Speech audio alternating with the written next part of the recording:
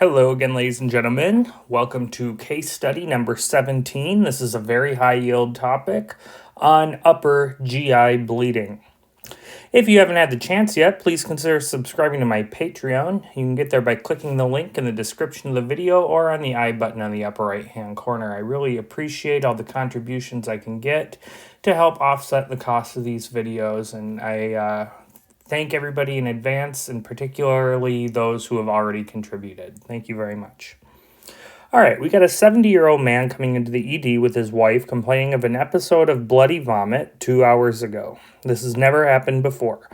The patient has a known history of alcohol abuse, and his wife says that he was binge drinking this morning, which he does frequently, and she brought him in after she noticed the bright red blood in the vomit.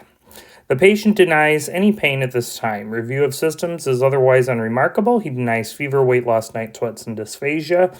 He's got a past medical history of bipolar II disorder and chronic alcoholism. He says that he averages about 6 drinks daily, but sometimes drinks more. He denies smoking and recreational drug use. He's a retired construction worker. Medications include lithium and a multivitamin. Blood pressure 88/60, that is low. Heart rate 120, so clearly he's dehydrated. Respiration's 15, temperature 98, and satting 97% on room air. All right, so is this patient acute? He's in the ER. What are we going to do? You're going to keep your physical exam fairly limited. I've got a number of things on here. There are some things that perhaps you could omit.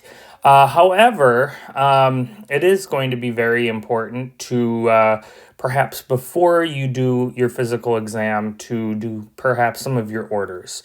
But in any case, he does appear drowsy. That makes sense because he's hypotensive. He smells of alcohol. He's got spider angioma present. No pallor, normal turgor, no rashes. He's normocephalic, no evidence of injury. There's scleral icterus.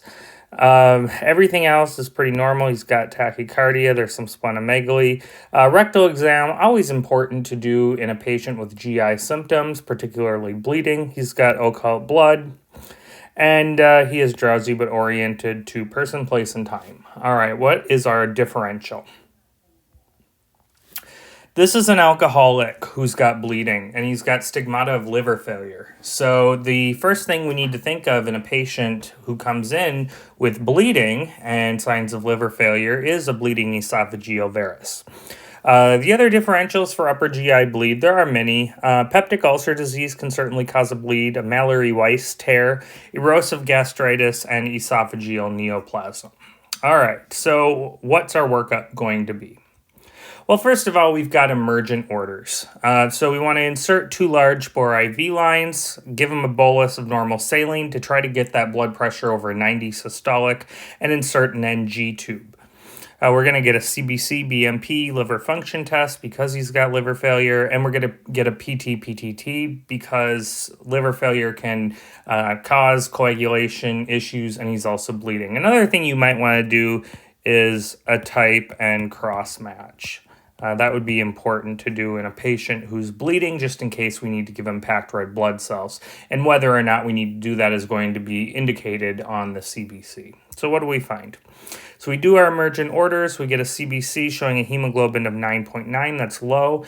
Platelets are 95,000. That's low, but it's not that bad. His liver tests are all off. So clearly liver failure here. His PT and PTT are also high. Not a surprise given the fact that he has liver failure. All right, so what is our next step?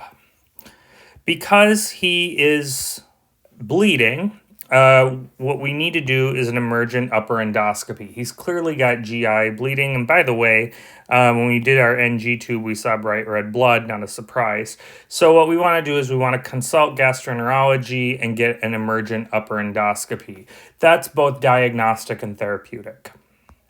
So what we find is that there are esophageal varices, and they are bleeding.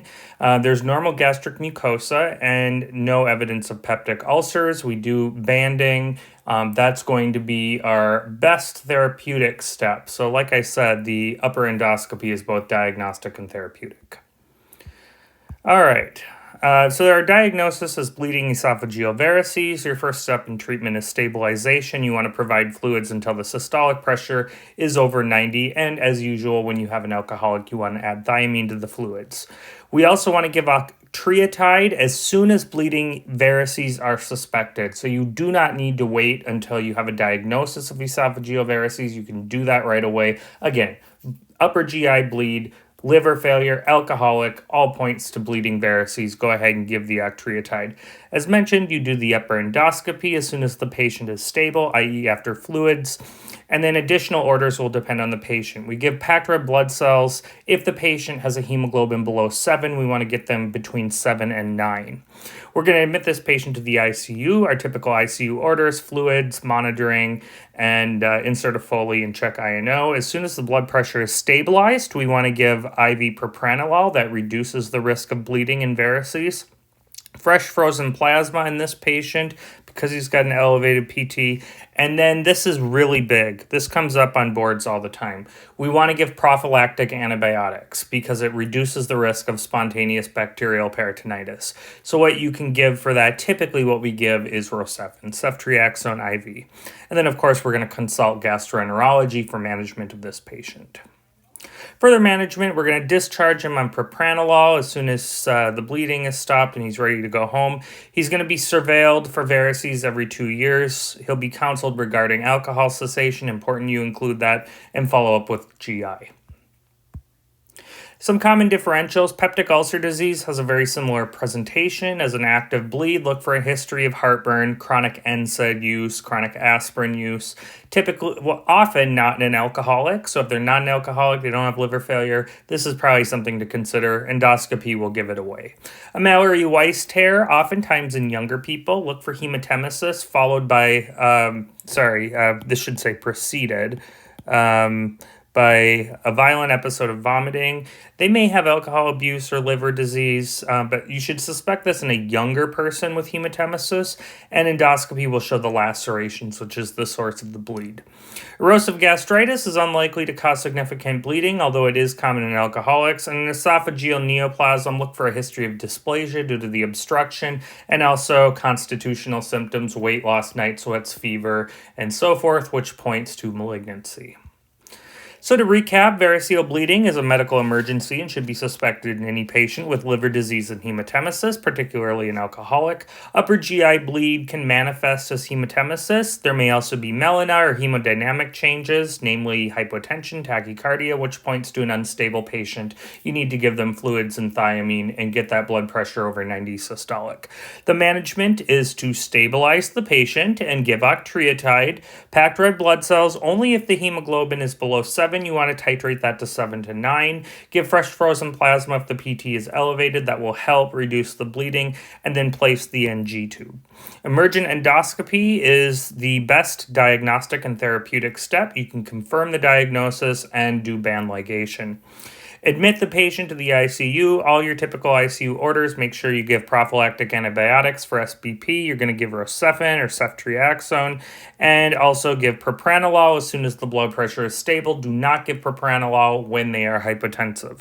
If the bleeding cannot be controlled with banding, then the next step is to refer to general surgery for transjugular shunting, otherwise known as TIPS. All right, so that is it for our upper GI bleed.